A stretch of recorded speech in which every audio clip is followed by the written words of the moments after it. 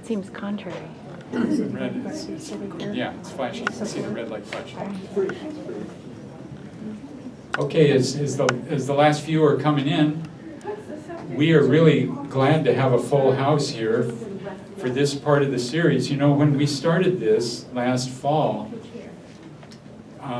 we were sitting in the office, Lisa and I and Terry Teigen, and we thought, well, maybe this should be called Conversations with Clay. And I guess that's okay with me, but the real stars of the show are the people who we bring to have these conversations. My name is Clay Eels. I'm the Executive Director of the Southwest Seattle Historical Society. Does anybody know where Southwest Seattle is? You know, if you asked anybody who lives in West Seattle or White Center, do you live in Southwest Seattle? They would start scratching their head. But we call it that because all of the addresses are Southwest. And this was how the organization was named by our founder, Elliot Cowden. Irma Cowden, his widow, is right here in the front row. I'm so glad you're here today, Irma. And I'm really privileged to conduct this series here at Horizon House because there are so many people connected to West Seattle in the area that we serve, and yet you don't have to be connected to West Seattle to be interested in people. People are people, and they've got stories that are universal. In fact, the irony is that the more specific you get, the more universal you get, because then you can identify. And our guests today are Paul and Mary Margaret Pruitt, who live here at Horizon House, and I would say they are West Seattle through and through. They, I'm reminded by a friend of ours at our gala last November, who said, "I wasn't born in West Seattle, but I got here as soon as I could."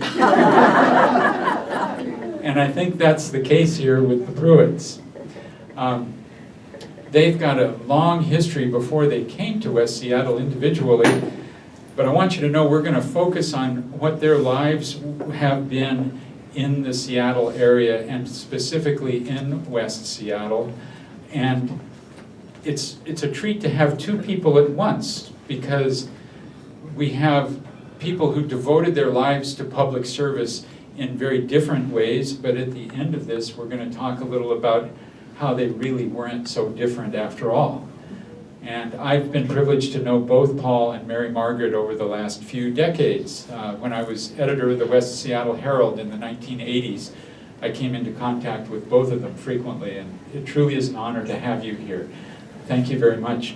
I'm going to start you off with an easy question, and that relates to you getting together. You two both met at Yale, and I would like each of you to take a chance at describing how the two of you met and what brought you together. What drew you to each other? Well, we had a friend at Divinity School, actually. I was at Yale Divinity, and Mary Margaret was at the School of Nursing in New Haven. And this friend... Paul, can you spek up a little louder? Yeah, I guess I could, yeah. Thank you. Thank you for pointing that up. So she introduced, she was a classmate of Mary Margaret's at Penn State, and she was studying in the Divinity School, as was I, and Mary Margaret was at the School of Nursing in New Haven. And so she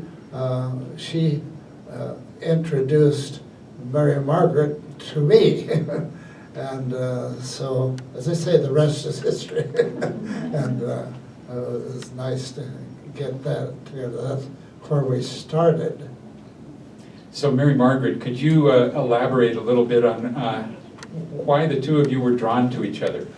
Well, as you know, the ratio at Yale, New Haven was really good for women, because at that time the undergraduate school was all men, and it was only in the graduate schools of drama and history and medicine and law that they would let us women in. But out of all those Yale men, I was attracted to Paul Pruitt, not only by the recommendation of our dear friend Claire, but also because one day when I was out on a date with somebody else and happened to go by the movie theater where the Disney movie Songs of the South was playing. Do you remember that Disney movie? I always liked Disney movies, but this one was particularly interesting to me because there was Paul Pruitt out front picketing this very popular movie. I'd never known anybody to picket before. I always thought they were radical, red-eyed, scoundrels. But I had already met him, and the reason he was picketing was because he and some of his friends felt that the portrayal of African personalities in the movie was stereotyped and demeaning. They were all people who were in a category that the divinity school students said should not be. So that caught my attention, and he's gotten it ever since. Would you mind telling us the year? Yes, what year are we talking about? Well, Paul started in 1945, so he finished in 48, and Peggy Klein and I started in 46. So our class, the span would have been 46 to 48 when we were together. Paul, can you give us a little more context about this picket outside the movie theater? I want to know what drove you to participate in that and what became of it afterward. Well, we were always thinking that all of us should be treated with respect, and we felt the movie was very stereotypical of Afro-Americans, and so we were protesting the way that they were. It was not accepting them in respect that we expect people to be respected with, and that was the reason that we were picketing for that they were not portrayed in the movie with respect at all. Well, can you tell us what happened as the result of your picket? And maybe what was on the picket signs themselves? Well, from that day forward, all Afro-Americans were treated with respect. We won that one. No, I don't remember what exactly were on the signs. I think just the picketing, just walking around and having the divinity school students there. Would that have been your first step at social activism? No, it may have been, yeah. Except in the context of that, my father was a minister, and he was, and also with his sermons were certainly with connections with the importance of being socially active. And I don't remember my father walking a picket line, but you don't have to do that to be concerned about people being treated respectfully and working for the equality of all people of whatever color, including white people. Okay, before we get you out to the West Coast, I want this audience to know a little bit about why each of you went into the fields you were, as reflected in the schooling you were getting. Mary Margaret, why the medical profession? And then Paul, why the ministry? When I was an elementary school teacher, our church had invited a missionary to come and speak, and I was so moved by this person and the kind of work that they were doing. And I also read a lot of books about missionaries that my parents intentionally placed easily at hand. And so I had decided by the time that I was very young that I would like to work someplace around the world in helping people who had less opportunities than we had in South Central Pennsylvania, where I was growing up. And when I was 11, I came down with appendicitis and landed in the hospital on a Sunday afternoon having an emergency appendectomy. And this was a long time ago, dearies. No penicillin and a lot of other advantages that we have now. And so for a simple appendectomy, I ended up staying in the hospital 11 days. I mean, people have brain surgery now and they're out in 2 or 3. But that was then, and I loved it. And I decided I never wanted to go home. I just wanted to live at the hospital forever. So with that in mind, I took a lot of biology, chemistry, and physics in high school and went off to college with the intent of being a medical missionary. And when I met Paul, I realized that this was not his dream. He dreamed of being a pastor, a leader in a community in church. And so this was a real life crisis for me. Was I failing to hear the voice of God? Had I been wrong all those years when I thought I was headed into the medical missionary work? But I decided if I was wrong, God would love me anyway, and so I married Paul. I want to tell you about my operation. As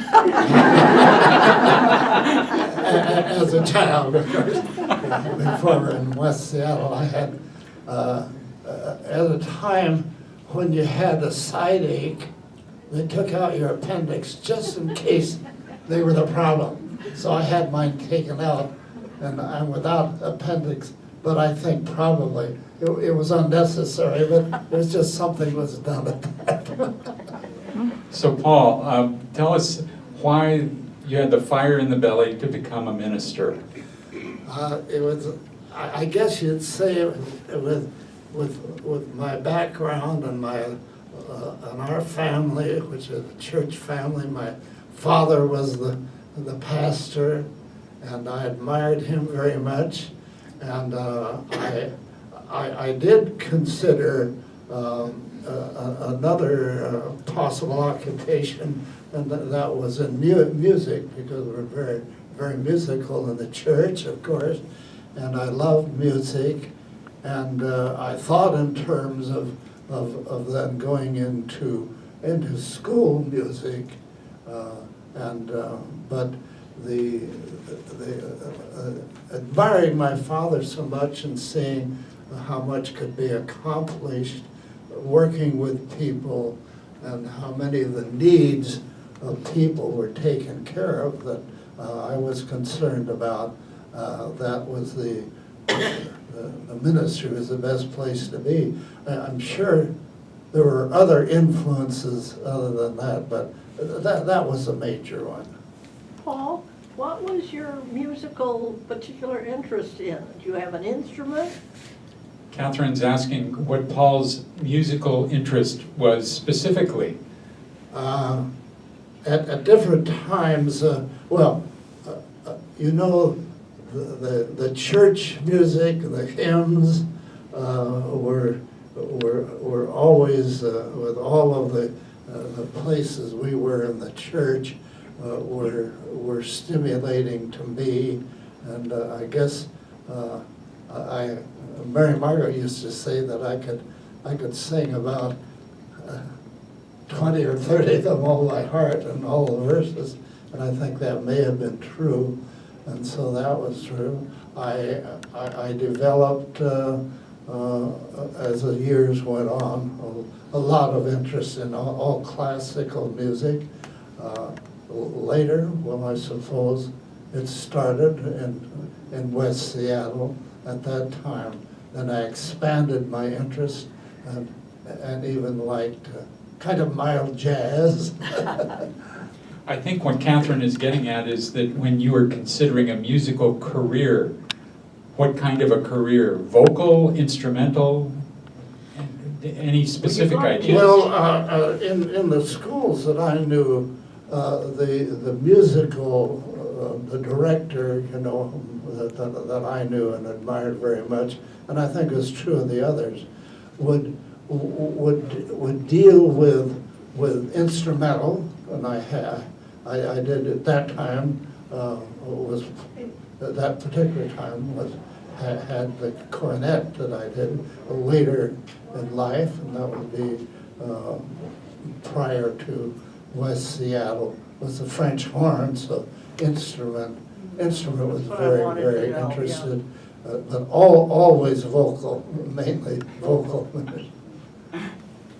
Okay, it was not long after the two of you met and married that the West Coast came calling.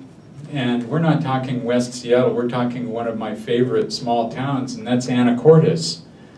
Tell us how you got out to Anacortes and what roles each of you played there. I don't care who goes first. It'll get back to Paul with his ministry, but you had some I roles was there second, too. so why don't you? Okay, Paul, Anacortes, you were actually dancing in 3 different roles there, correct? Well, after graduation from Yale Divinity School in 1948, this was the first parish. I was a year ahead of Mary Margaret, and there was no question, but she should finish out the School of Nursing. That was not, that was supportive of that. We didn't have to be married right away to keep our interest with each other, of course.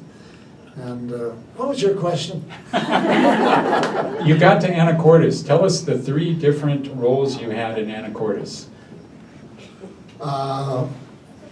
It was a combined parish of 3 churches. So that we had the roles in 3 different ones. So it's Summit Park, maybe some of you know Summit Park. It was a church, and then Anacortes was the big one, almost 100 members, maybe not quite that church. And then Guimas Island, and so I served them, we served them. I took the major role, of course, with the preaching, and began in Summit Park with the service, conducting the service and preaching at 9 a.m., and then went to the Anacortes Church and taught a Sunday school class at 10 or 10:30, and then had the service preached at 11 o'clock, went home to have to eat, and then went to Guimas Island to catch a ferry across the channel at 2:30, and held the service there, and then came back to Anacortes with a room full of young people. They met in our house, many from Summit Park, and so we had that very active, wonderful active group, and a wonderful leader that took charge of those kids, as long as you can take charge of those kids. And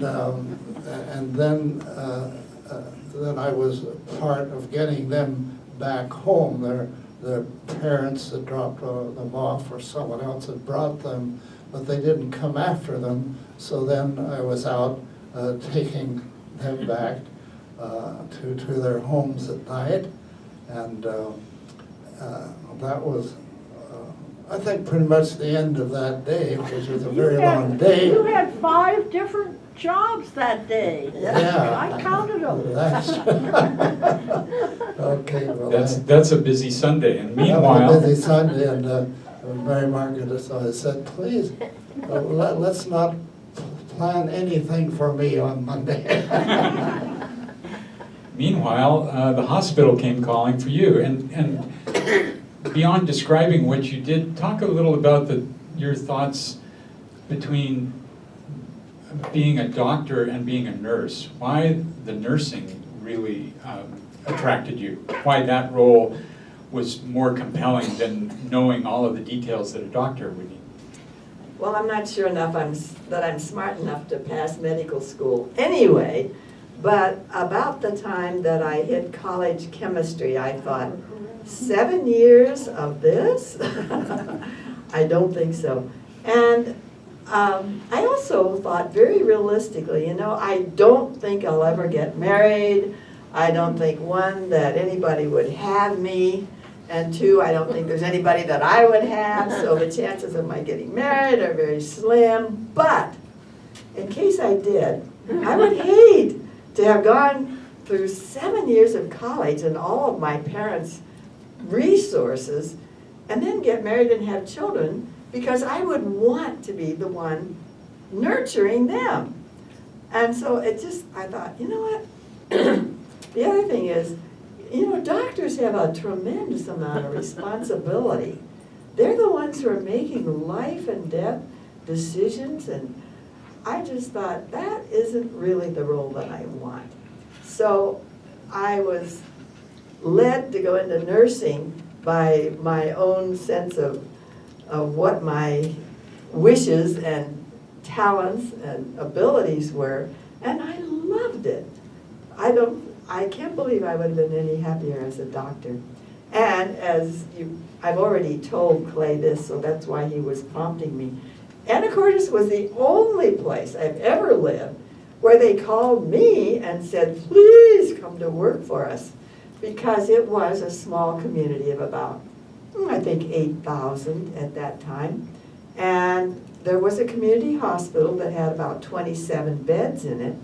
And with that population, it was hard to find enough registered nurses to do the staffing. So I was barely there a week or two, and of course there had already been an article in the paper, local pastor marries RN, and they were willing. It turned out that I didn't want to miss a single meeting at any of these 3 churches, and they needed night nurses, so it was a perfect job, because in those days I thought there was no problem to work all night and then go to church meetings all day. I couldn't do it now. Some correction there, friends who know Mary Margaret so well. Can you believe that she was so desperate for someone being interested in her? Can you believe that she had plenty of suitors? and I had to compete with a lot of them, and I don't know really, knowing some of them, how I won out. I think some of us can identify with that sentiment in our own lives. I'm going to jump forward a little bit. And again, before we get to West Seattle, we can't proceed without you talking a little bit about the Philippines. How did you end up there? And how did you both end up there? And what were your roles there? Well, I told you that when Paul was courting me, and I was courting him, I discovered that my dream, what I felt was what I wanted to do more than anything else in the world, and what he wanted to do were not together. And I realized that the world is God's, and whether you're in ministry in this place or this place, maybe isn't as important as that you are doing what you think you ought to do wherever you are. And so I did not ever say to Paul, I won't marry you unless you are willing to work in some place outside the United States. And he never, ever said to me, if you will marry me, I will work in other places for at least part of the time. And so it was absolutely amazing to me, after we had been together in Anacortes for 2 or 3 years, that we invited a missionary speaker to come and talk in our 3 churches. And after that missionary, he happened to be somebody who was working in Micronesia. And I believe that we were aware, even at that time, of the terrible injustice that the United States had done in some of those Pacific islands. We were testing nuclear weapons, I think you're aware of that. And some of these native lands where people had, and their ancestors had lived for centuries, have been virtually destroyed as far as being habitable. I can't remember all the message of this missionary, but anyway, Paul was deeply impressed, as was I, by this man's life and work and what he was doing.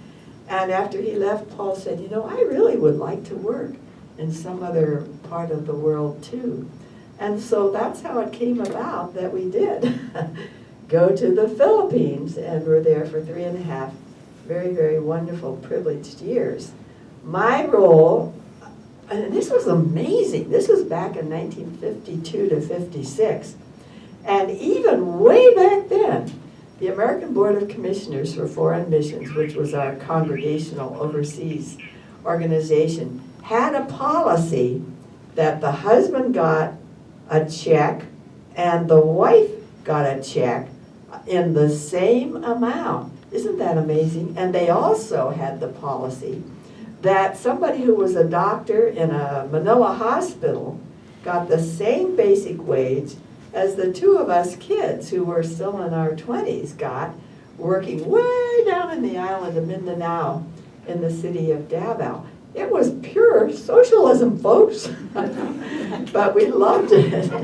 And so most of the time my role was to be a part of the community with our daughter Janice and the daughter who was born there, Cynthia. But I also did get to help in founding a school for nurses and had a great semester teaching nutrition and diet therapy and learning all of the nutrients in pinakbit and lumpia and all those wonderful Philippine dishes. I tell you, there's what they call a horseradish tree in the Philippines that has little leaves kind of like a locust, you know, a little branch and then lots of tiny little leaves. The calamungay leaves make spinach look anemic. Some of those tropical vegetables and fruits are just amazingly loaded with good stuff. So that was a happy role for me. Out of my religious faith, I was looking forward to where we could serve, and I would serve with people who were in real need. And certainly a lot of them in the Philippines, these people that we served in our churches there, they were prominent, other ways too. I mean, they were in need. And to do what I could with working with them in religious services and also in training, which I did for not having great background in agriculture, but was able to help them to get the resources to work in their fields and so forth. So there was that contribution, but the looking out for a life work, wherever I worked, it was important for me, certainly to take care of myself. It's important. If you don't take care of yourself, how are you going to take care of others? So that was part of it.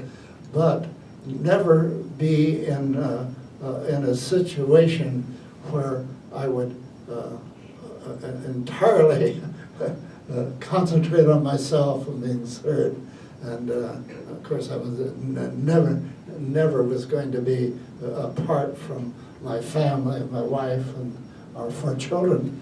But to be in a situation where I feel I could contribute something to their lives to help meet some of their needs. This was not a dramatic bullet to take care of all their needs, but I think I contributed, we contributed some there. And Mary Margaret, some of her nursing is important to take care of some of those needs, and that was important for me.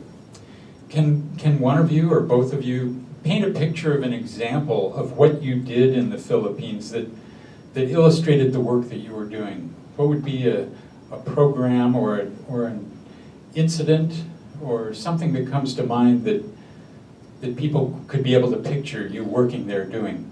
Well, in their agricultural economy, I was able, even though I was not an agriculturist, and I was only brought up in actually in West Seattle in a little garden that I had.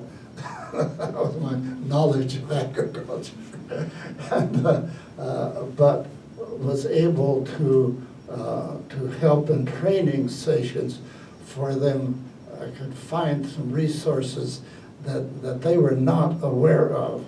And so it was helpful to them to meet some of their needs and meet in the best ways. I think we also recognize not just by contributing some money to them. It wouldn't have gone around very far anyway to the money we had available in the mission. But to help them to tap on to some agriculture ways that the government supplied, and we could get the resources from them. And I think we all agree that's the best way that they help themselves, and many of them did, and I had something to do with their getting those resources and becoming better farmers and so forth. Go ahead, Mary Margaret.